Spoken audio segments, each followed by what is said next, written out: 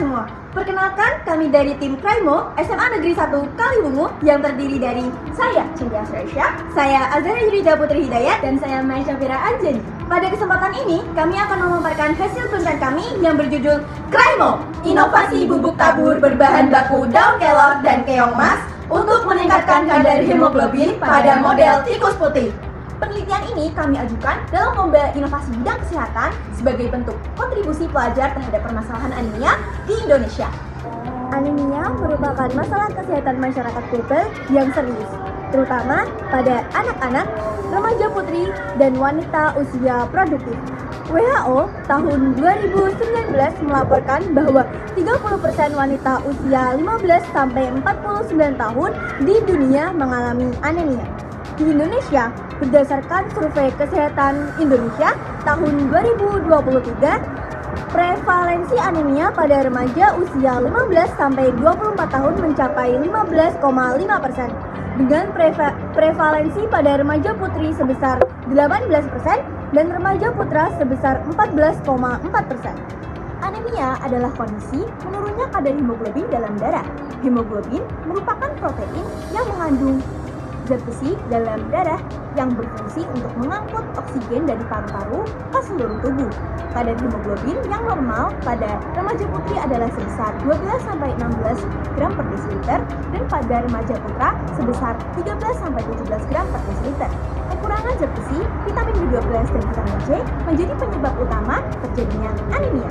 Indonesia memiliki potensi bahan baku lokal yang kaya akan nutrisi. Daun kelor diketahui mengandung zat besi sebesar 28,9 mg per 100 gram, serta vitamin C yang sangat tinggi, yang membantu penyerapan zat besi. Bahkan, kandungan zat besinya 25 kali lebih tinggi dibandingkan bayam. Dan keong mas yang sering dianggap beras pesawahan yang ternyata memiliki kandungan zat besi sebesar 44,16 mg dalam 100 gram bahan kering.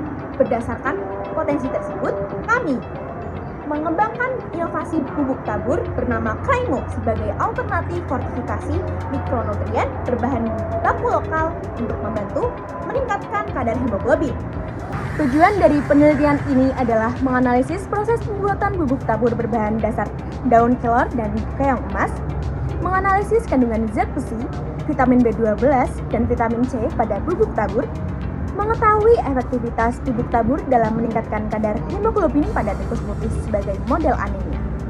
Penelitian ini dibatasi hingga tahap uji hewan dan tidak dilakukan uji klinis pada manusia. Secara teoritis, penelitian ini memberikan informasi ilmiah mengenai pemanfaatan daun kelor dan keong emas sebagai bahan pangan fungsional. Secara praktis, penelitian ini memberikan pengalaman riset ilmiah bagi peneliti, alternatif solusi pencegahan anemia berbasis bahan lokal, pemanfaatan keong emas yang selama ini dianggap hanya menjadi produk bernilai gizi tinggi. Penelitian ini menggunakan metode eksperimen laboratorium dan uji in vivo pada tikus putih jantan dengan berat kurang lebih 150 gram. Tahap penelitian meliputi persiapan alat dan bahan, pembuatan simplisia daun kelor dan keong emas, formulasi 5 variasi sampel, uji kandungan zat besi, vitamin B12 dan vitamin C, serta uji efektivitas terhadap kadar hemoglobin tikus putih selama 21 hari dengan pengukuran selama 3 hari menggunakan alat quick check hemoglobin. Bahan utama yang digunakan adalah daun kelor dan keong emas. Alat yang digunakan meliputi oven, blender, ayakan nomor 40 mesh, timbangan digital, panci, kompor, baskom, talenan, pisau, loyang, sarung tangan, serta alat quick check hemoglobin untuk pengujian kadar hemoglobin. Proses pembuatannya meliputi daun kelor dicuci bersih, kemudian dikeringkan menggunakan oven pada suhu 60 derajat Celcius selama 4-6 jam, hingga kadar air menurun. Keong emas dicuci dan dipisahkan dari cangkang dan organ dalamnya, kemudian dikukus selama 15 menit, lalu dikukus kembali selama 30 menit untuk memastikan bahwa kebersihan dan keamanan bahan terjaga. Setelah itu, dikeringkan kembali ke dalam oven dengan suhu 60 derajat Celcius selama 4-6 jam. Bahan yang telah kering kemudian dihaluskan menggunakan blender dan diayak menggunakan ayakan nomor 40 mesh sehingga diperoleh serbuk yang homogen.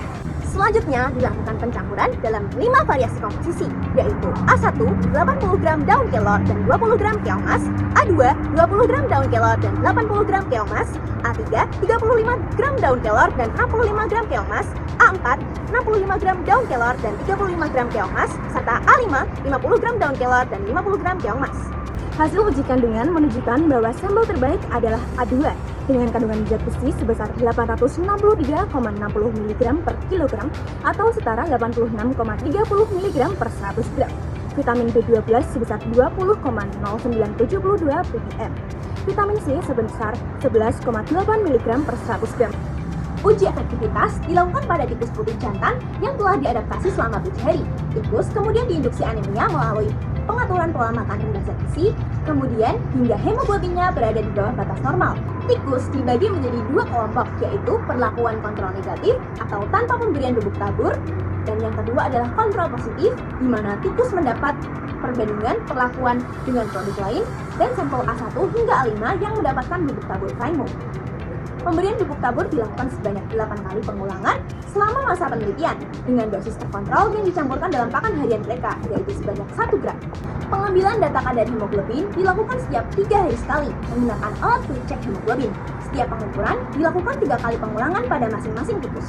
Kemudian dihitung nilai rata-rata untuk meningkatkan akurasi data dan meminimalisir kesalahan pengukuran.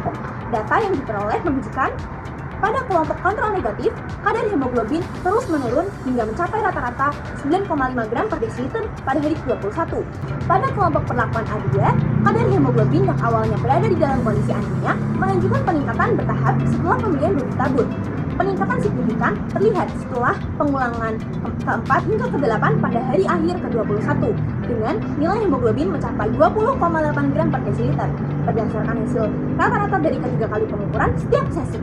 Kenaikan kadar hemoglobin ini menunjukkan bahwa kombinasi zat besi dari keong emas, vitamin B12, dan vitamin C dari daun kelor bekerja secara sinergis dalam proses eritropoiesis. Zat besi dan vitamin B12 dalam maturasi eritrosit dan vitamin C meningkatkan absorpsi zat besi di saluran cerna. Dengan adanya 8 kali pemberian dan pengukuran berkala selama 3 kali, menunjukkan bahwa konsistensi peningkatan kadar hemoglobin pada kelompok perlakuan dibandingkan kelompok kontrol.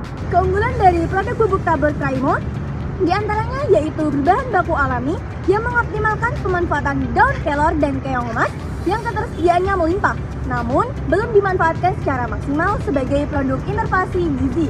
Mengandung kombinasi zat besi, vitamin B12 dan vitamin C yang berperan dalam membantu meningkatkan kadar hemoglobin sehingga berpotensi sebagai alternatif berbentuk bubuk tabur, sehingga praktis dikonsumsi dan dapat ditambahkan pada berbagai jenis makanan tanpa mengubah cita rasa secara signifikan.